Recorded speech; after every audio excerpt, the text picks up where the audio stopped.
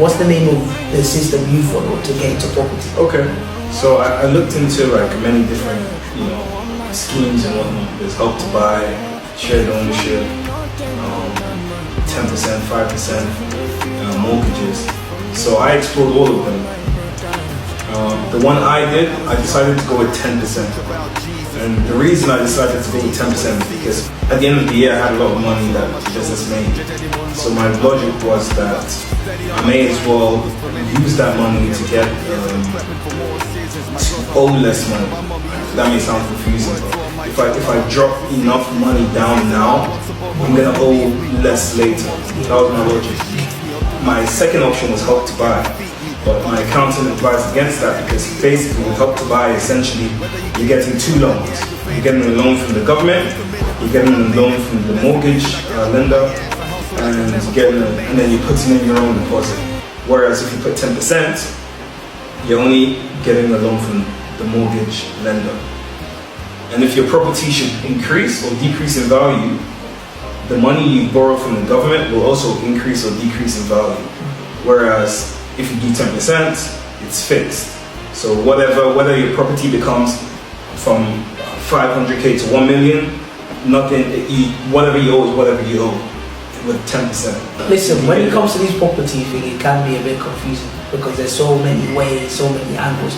Obviously, if you do need any help, or you want us to clarify anything, or DM any of us or ask us for any information because we're here to help. We don't have the most knowledge, but if we are confused about anything, you can also research on Google as well. Yeah. But on the option you spoke about was 10% option, which I've never heard, but obviously I've just heard it from him today. And also Help to Buy. The good thing about Help to Buy is this is a government scheme that was put in place, which is through 2021. I think 2021 or 2022. Actually, which is a government scheme that the government pays some money towards you buying a first-hand property. Yeah. And this is a scheme which allows people like myself, himself, and others that don't have as much income or as much finances as people that do. It helps us to go to the ladder. And the good thing is obviously with that one, it comes with a 5 years interest free, where obviously, if you pay that government's money back within 5 years, you don't have to pay interest on it, and the rest is just mortgage, which is good. Now, there's also other schemes as well that I wanted to talk about that you could also use to get into property. One of them is Right to Buy. Now, this Right to Buy is for people that have lived in council houses for a long period of time, let's say maybe 10, 15 years. Now, what the council will do, the council will now give you a discounted price on buying the property. So, which obviously is cheaper than buying it in the common market. But then also, there's also something called shared ownership.